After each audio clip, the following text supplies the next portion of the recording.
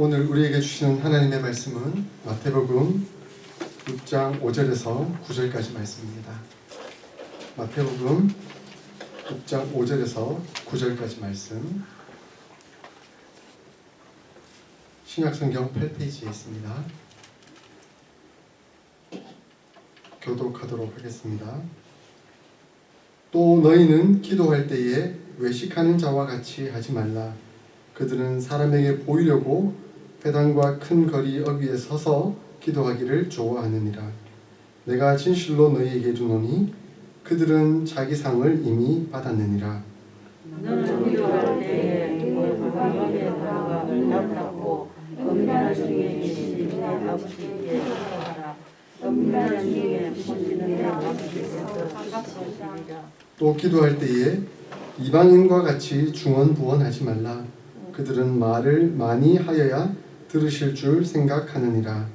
그러므로 그들을 본받지 말라. 구하기 전에 너희에게 있어야 할 것을 하나님께서 너희 아버지께서 하시는. 함께 읽겠습니다. 그러므로 너희는 이렇게 기도하라. 하늘에 계신 우리 아버지여, 이름이 거룩히 여김을 받으시오며. 나라가 임하시며. 오늘은 서러운 격이어서 여기까지 하겠습니다. 네, 돌발적인 상황이 우리 인생 가운데 참 많이 생기는 것 같아요. 제가 어스틴 사랑의 교회에 딱 오기 시작한 한 달째에 타이어가 터져서, 그때는 빨리 조치하고 한 시간 만에 조치를 하고 왔는데, 이제 오늘은 이제 거의 3시간이 걸려서 죄송합니다.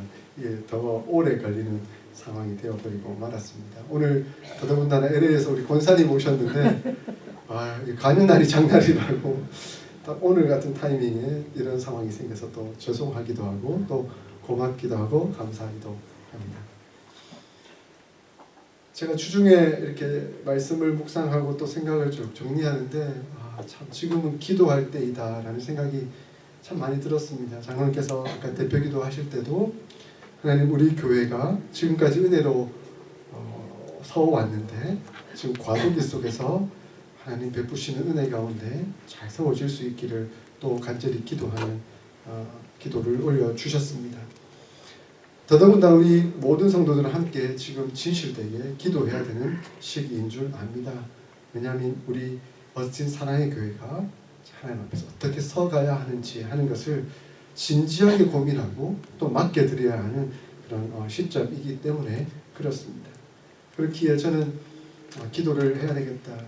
근데 그 기도를 함에 있어서 어떻게 기도할 것인가 하는 것들을 성도들과 좀 나눠야 되겠다라는 생각이 들었습니다.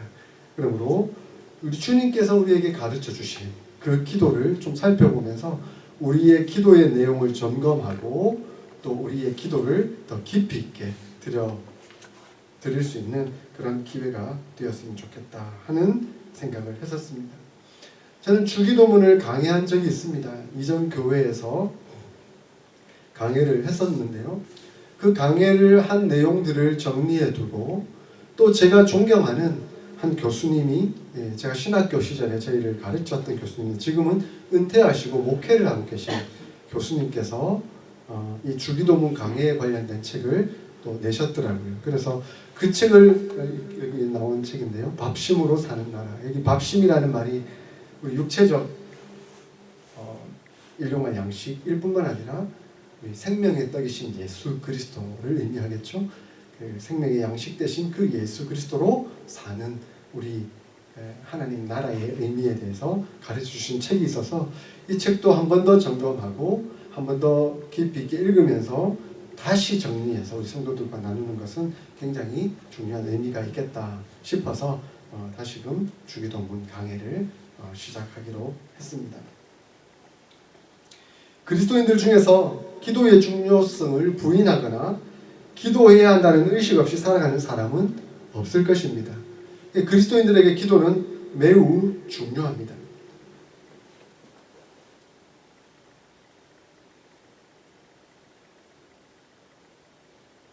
자꾸 울리죠? 그러므로 그리스도인들이 이 기도를 해야 한다는 것은 굉장히 중요한 의미를 담고 있습니다. 그런데 많은 그리스도인들이 이 기도라 하면 왠지 좀 부담스러워하기도 하고 또 기도해야 한다는 의무감을 가지기 때문에 기도를 제대로 하지 못하는 그 죄책감에 눌려 있기도 합니다. 저도 일주일 동안 하면서 기도해야 되는데 라는 생각만 하지 실제 조금씩 기도하긴 하지만 기도를 더 많이 해야지 이런 생각을 가지면서 늘 죄책감에 눌려 있는 연약한 모습을 보기도 합니다. 이런 문제는 우선적으로 기도가 무엇이고 어떻게 해야 하는 것인지를 잘 알지 못하는 데서 비롯된다라고 볼 수도 있습니다. 그래서 주기도문을 통해서 예수님께서 가르쳐 주신 이 기도의 의미를 살펴보면서 우리는 기도의 올바른 방식을 깨달을 수 있을 것입니다. 언제 간절히 기도해 보셨습니까? 우리 기도가 정말 간절했을 때가 언제인가 하는 걸 한번 생각해 보면 위기의 때, 참 불안하고 답답할 그때에 뭔가 중요한 일이 있을 그때에 기도했던 것 같아요. 그죠?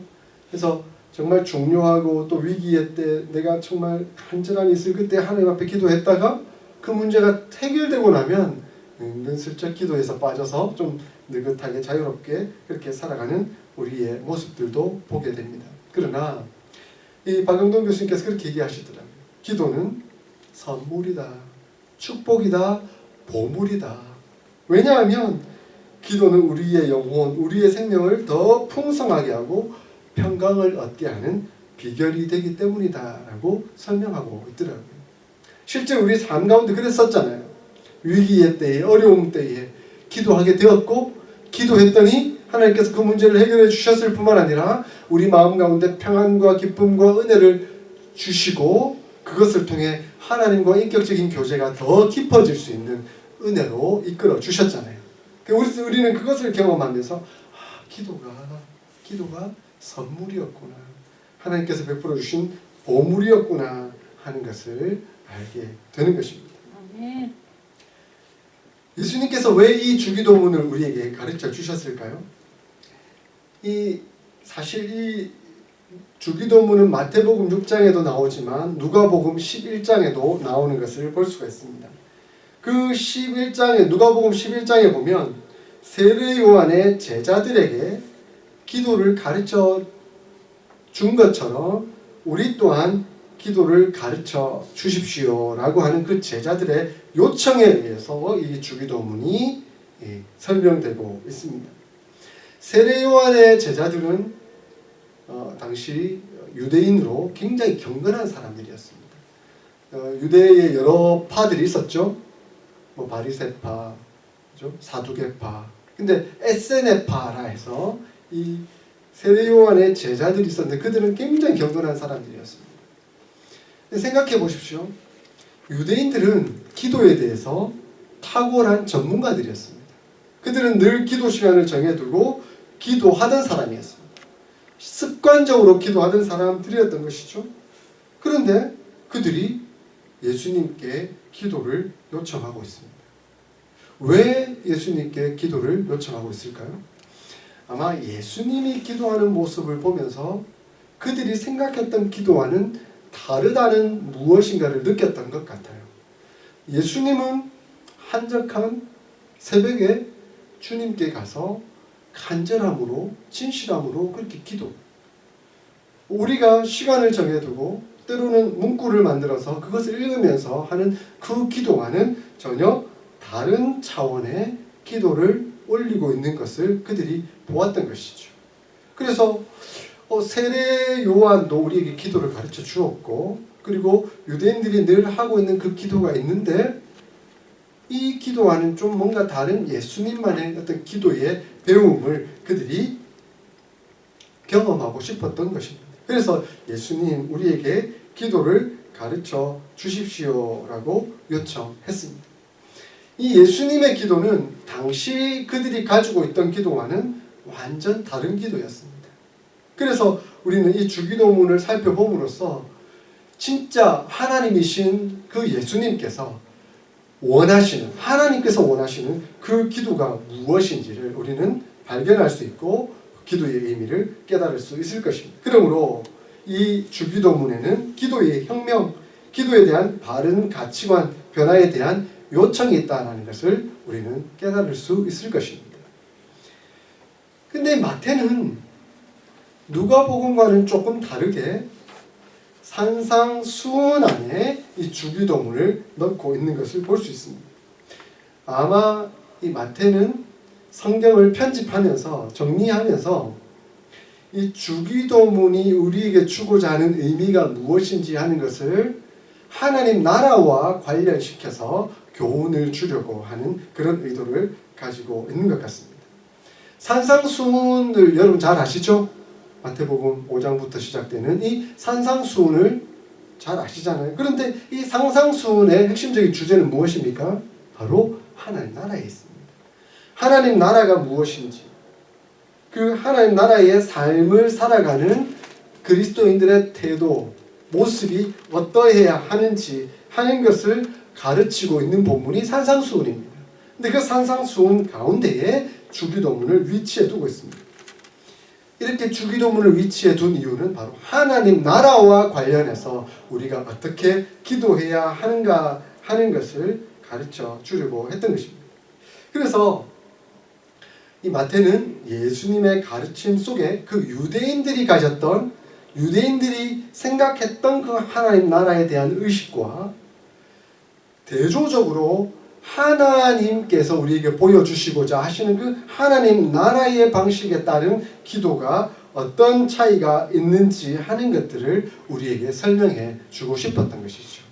그래서 우리가 이 마태복음 6장을 통해 주기도문을 잘 이해하고 또 그대로 기도할 수 있다고 한다면 우리는 하나님 나라의 차원에서 하나님께서 우리에게 원하시는 그 기도를 잘 올려드릴 수가 있다는 것입니다.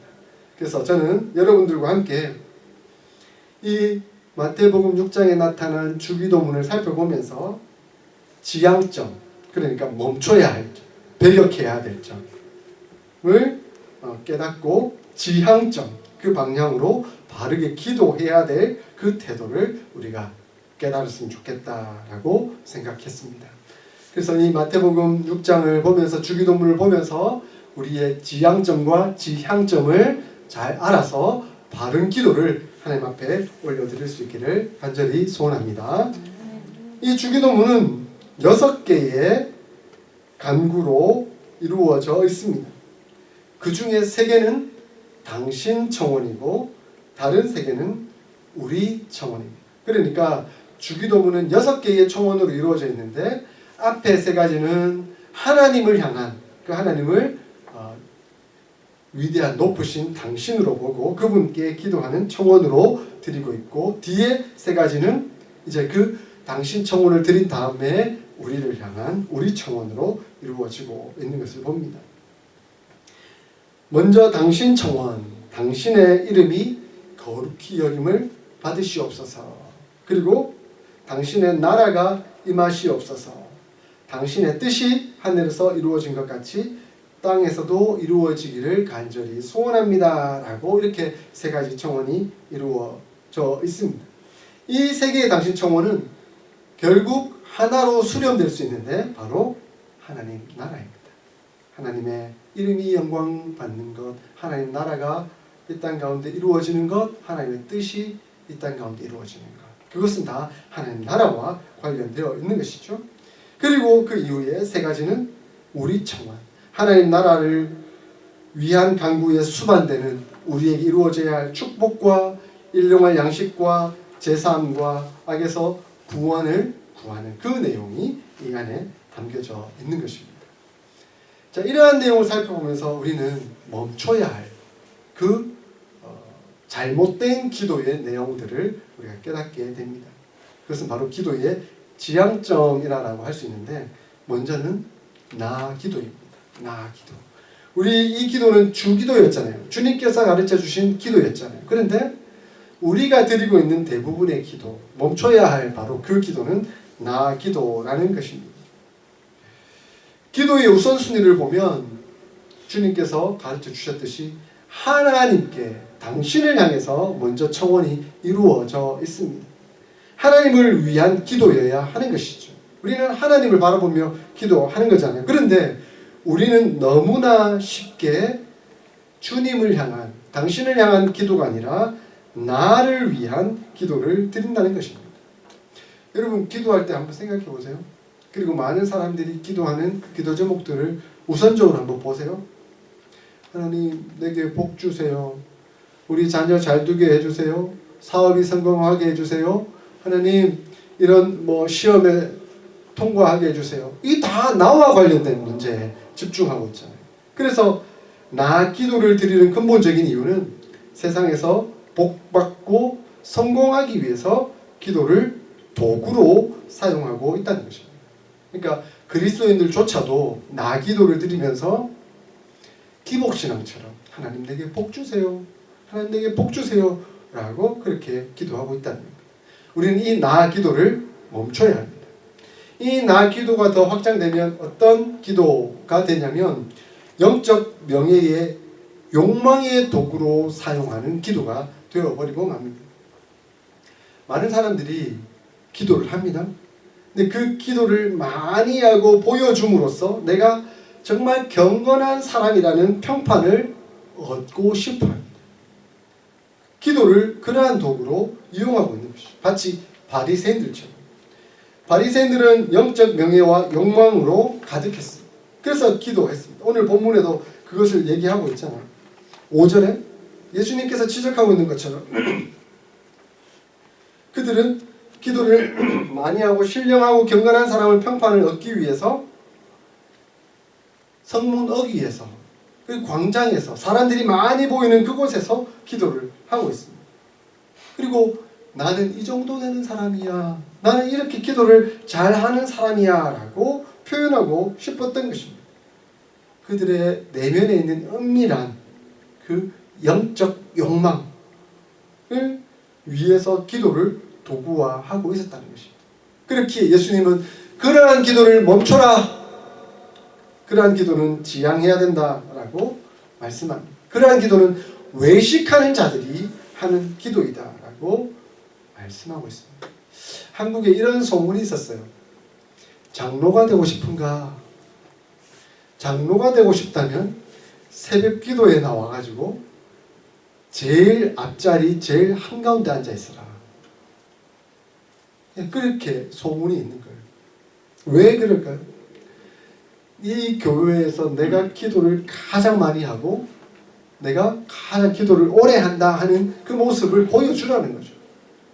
그러면 성도들이 와 저분은 참 기도 많이 하는구나. 그리고 다른 성도들이 다 갈 때까지 기도하라는 거예요. 저분은 참 기도 오래 하는구나. 그것을 깨닫고 나면 저분 우리 교회 장로가 돼야 되겠구나 이렇게 생각한다는 것이죠.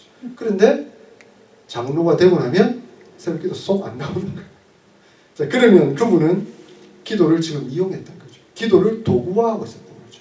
자신의 영적 명예와 욕망을 위해서 장로가 되고 싶은 그 영적 기득권을 얻고 싶은 그 욕망에 의해서 기도를 이용하고 있었던 거죠. 이것은 철저히 잘못된 기도라는 것을 예수님은 지적하고 있습니다. 그들의 기도는 바리새인과 같은 기도의 모습이었습니다.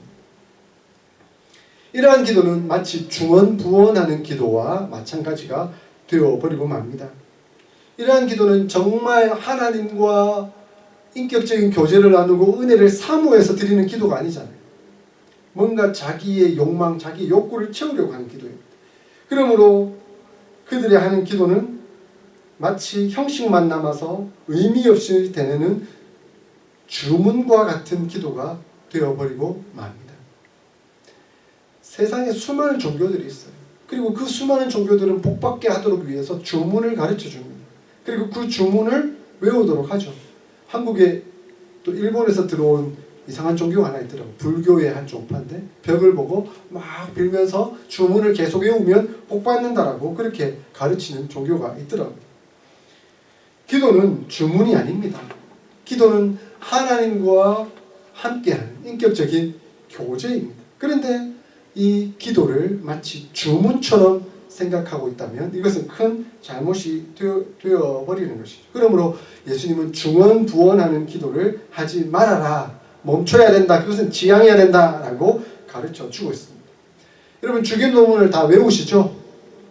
그죠? 우리는 주기도문을 다 외웁니다. 그런데 이 주기도문을 다 외우면서 반복하기는 한데 거기서 기도를 빼버리면 뭐가 될까요? 주기도문에서 가운데 기도를 빼보세요. 뭐가 됩니까? 주문이 되어버리고 말아요. 굉장히 위험한 거죠.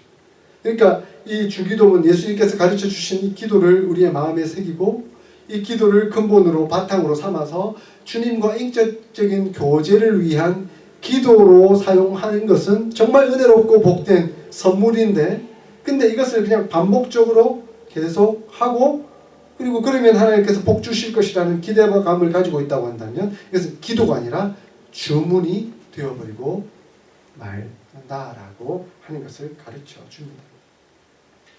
그러므로 우리는 이러한 것들을 지향해야 합니다. 멈춰야 합니다. 조심해야 합니다. 그러면 우리가 지향해야 해. 바라보고 따라야 할 기도의 모범은 무엇입니까? 그것은 바로 나 기도가 아니라 주 기도가 되어야 한다는 것이죠. 당신 청혼을 우선순위로 둔 것처럼 하나님의 나라를 위해 기도해야 한다는 것입니다. 여러분 마태복음 6장 33절 다 외우시죠? 너희는 먼저 그의 나라와 그의 의를 구하라. 그리하면 이 모든 것을 너희에게 더하시리라 라고 우리 주님께서 약속해 주셨습니다. 그러니까 우리의 기도는 우리의 먹는 것, 마시는 것, 입는 것을 위해서 기도하는 것이 아니라 하나님의 나라와 의를 위해서 기도하면 하나님께서 그 모든 것들을 우리에게 채워주신다라고 말씀하고 있습니다. 그러므로 우리의 기도의 우선순위는 나 기도가 아니라 주 기도가 되어야 합니다. 그리고 우리의 드리는 기도는 영적 교제의 간구가 되어야 합니다. 하나님과 교제와 동행하는 기도가 되어야 하는 것이죠. 그래서 주님께서는 너희가 외식적으로 그 광장에 나가서 사람들이 보이는 데서 기도하지 말고 골방에 들어가서 우리 주님만 바라보고 하나님만 바라보고 간절함으로 기도하라라고 요청하고 있습니다. 왜 그렇습니까? 바로 기도의 의미는 하나님과 1대1로 교제하는 의미가 담겨져 있기 때문에 그렇습니다. 그렇기에 우리는 기도할 때 사람을 의식하지 말고 남의 눈을 신경 쓰지 말고 주님만 바라보고 은혜만을 사모하며 간절히 기도할 수 있어야 합니다. 그렇다고 공적인 기도를 무시해야 된다 하는 것은 아닙니다. 공적인 기도 굉장히 중요하죠. 함께 합심해서 하는 기도도 중요할 것입니다. 그러나 그 기반, 우선적으로는 하나님과 교제하는 1대1 기도가 우리에게 있어야 한다 하는 것입니다. 그리고 세 번째, 우리의 기도는 중언부언하는 기도가 아니라 구체적이고도 진실한 기도여야 합니다. 기도는 믿음의 구체적인 표현입니다. 하나님께서 우리를 얼마나 사랑하시는지, 우리가 또한 하나님 사랑합니다라고 고백하는 그 의미가 담겨져 있습니다. 예수님의 십자가를 통해 우리가 하나님의 자녀가 되었고 하나님이 우리의 자비로우신 아버지가 되셨다라는 그 복음의 진리를 확신하며 하나님을 아버지라 부르며 기도하는 것입니다. 우리가 하나님의 자녀가 되었다라고 한다면 기도하지 않을 수가 없는 것이죠. 그러므로 기도는 믿음의 행위이고 또한 사랑의 행위이기도 합니다. 하나님의 뜻을 알았다고 한다면, 그 하나님의 뜻을 이루어 드리고 싶은 소원이 있다고 한다면, 하나님의 뜻이 영혼 구원하고 제자 삼는 그 일에 있다는 것을 우리가 알고 있다고 한다면 그 일에 헌신하기 위해서 내 힘으로는 안 되니까 성령 하나님 도와주십시오. 하나님 능력으로 이 일을 감당하기를 소원합니다. 역사하여 주시옵소서. 그렇게 기도하는 것이죠. 그리고 때로는 사람과의 관계 속에서 관계가 틀어지고 용서해야 되는데 용서가 안 되고 답답하고 힘든 그때에 하나님 예수님처럼 용서할 마음을 얻게 하여 주십시오.